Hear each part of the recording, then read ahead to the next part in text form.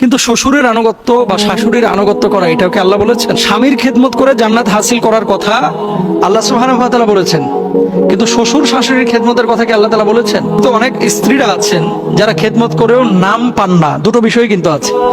স্বামী বিদেশ থাকে, এখানে রেখে গেছে 5 বছর কুমিল্লায় বা চাঁদপুরে বা নোয়াখালীতে অথবা বাংলাদেশের যে কোনো প্রান্তে হতে পারে। 6টা বছর 7টা বছর ধরে স্বামীর বাপমার খেদমত করতেছে। স্বামী বিদেশে থাকার পরও শ্বশুর শাশুড়ির খেদমত করতেছে, তারপরও শ্বশুর শাশুড়ির মন পায় না অনেক বৌমারা।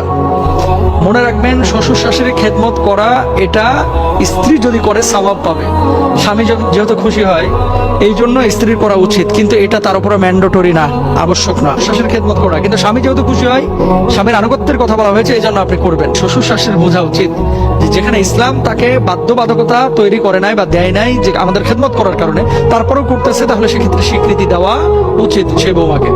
يا من صليت بكل الأنبياء